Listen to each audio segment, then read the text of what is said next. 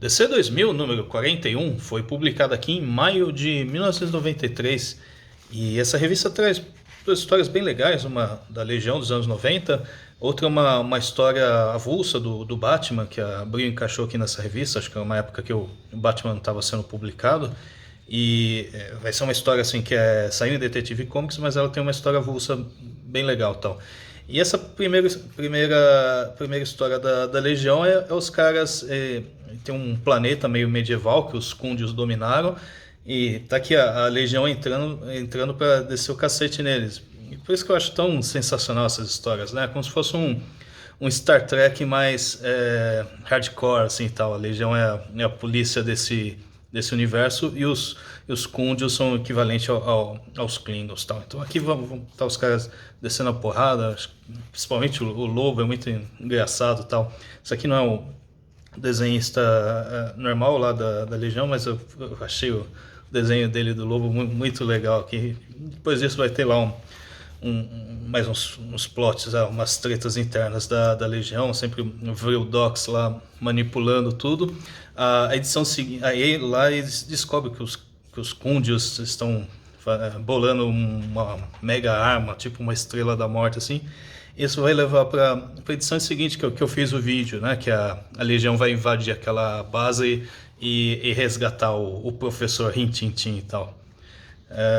Legião sempre uma das minhas favoritas. E aqui uma história do Batman que chama Crise de Identidade, que eu acho legal pra caramba. Aqui começa assim com esse mistério. O Bruce Wayne ele acorda e tá sem memória nenhuma de como que ele acordou aqui no meio aqui da água e tal. Ele volta para casa e começa a conversar com Alfred, e o Alfred reage como se ele nunca fosse o Batman e tal.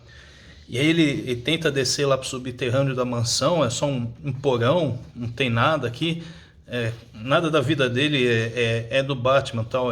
O Bruce Timm aqui também, ele tá só um cara normal, não é o Robin, não sei o que. E aí ele assiste a TV e aparece o Batman de verdade lá, ou que na cabeça dele seria o Batman falso, né?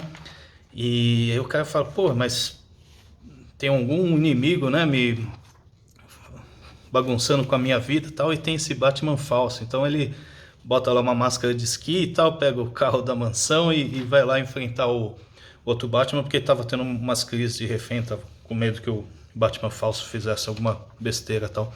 E tem aqui ele brigando e tal, e aí ele descobre que esse Batman falso tem reflexos até mais rápidos que o dele e tal, e ele acaba tendo que fugir.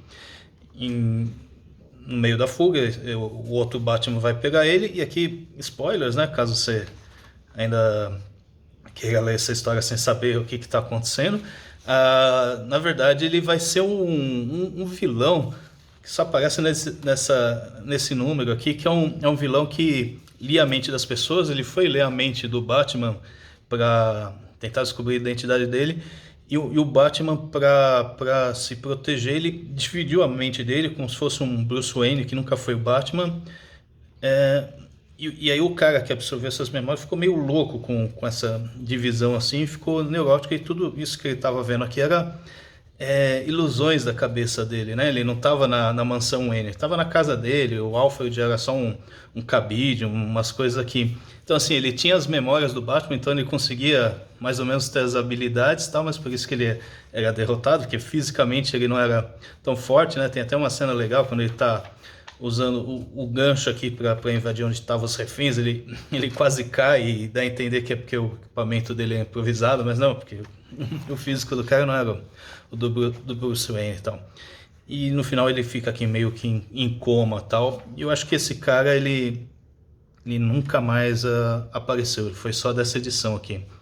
E eu acho que e essa história, pelo que eu vi no Guia dos Quadrinhos, ela foi republicada em 2020 numa edição da Panini, só com antologias, histórias avulsas do Batman. Então pode ler lá, ou essa daqui.